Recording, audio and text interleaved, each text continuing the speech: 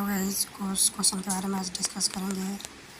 ये जो क्वेश्चन है जो बायो से रिलेटेड है, जो हम लोग पढ़ चुके हैं, इसके बारे में जो हर साल पीआईक्यू में आता है। पहला जो क्वेश्चन है, लिखा है कि शर्करा को अल्कोहल में बदलने की प्रक्रिया को खाली स्थान कहा जाता है।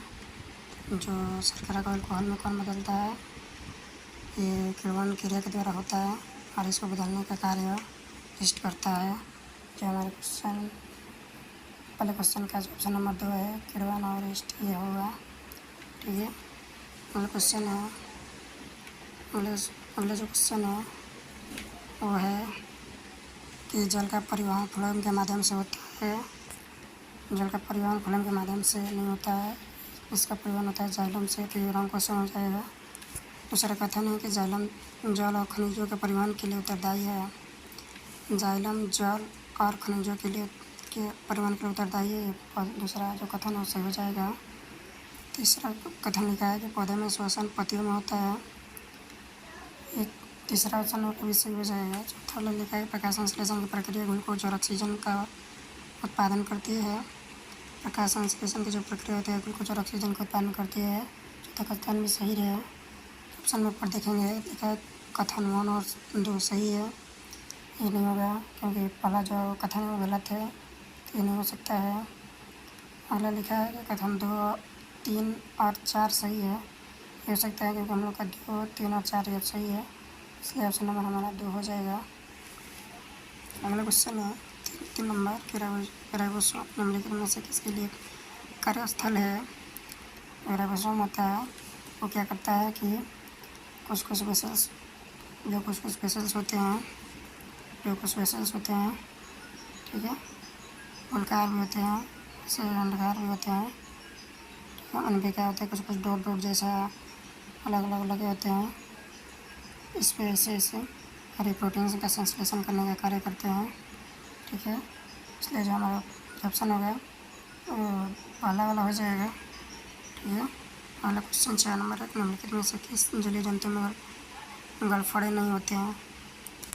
जो क्वेश्चन 4 नंबर ऑप्शन दिया है कि ऑक्टोपस, दूसरा है स्क्विड, चौथा है क्लाउन फिश और चौथा है व्हेल, तीसरा है क्लाउन फिश।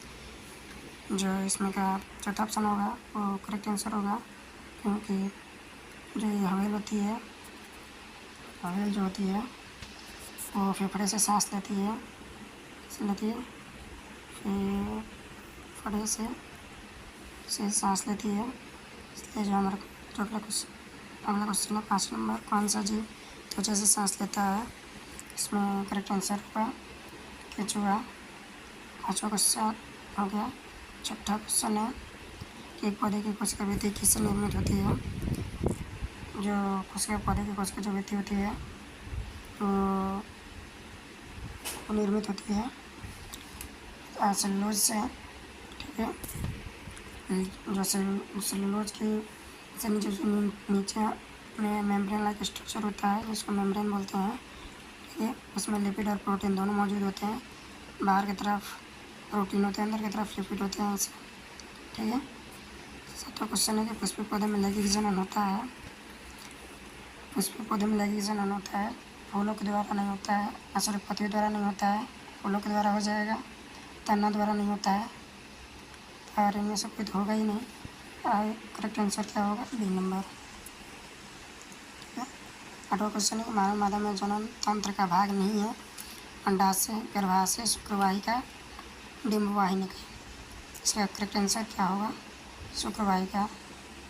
इसका करेक्ट आंसर क्या होगा? शुक्रवाहिका।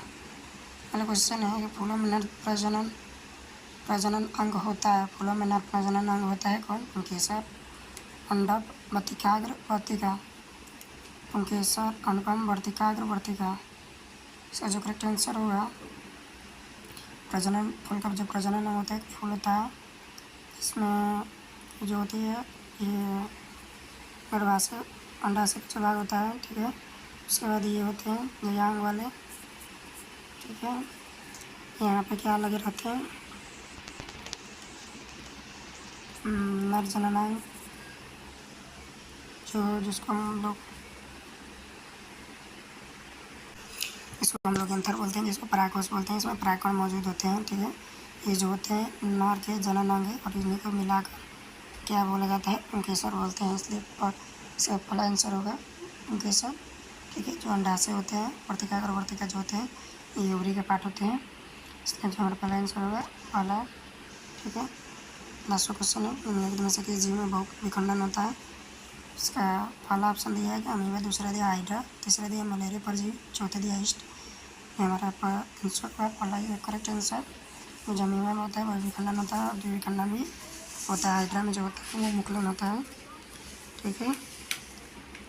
और ईस्ट में जो होता है इसमें भी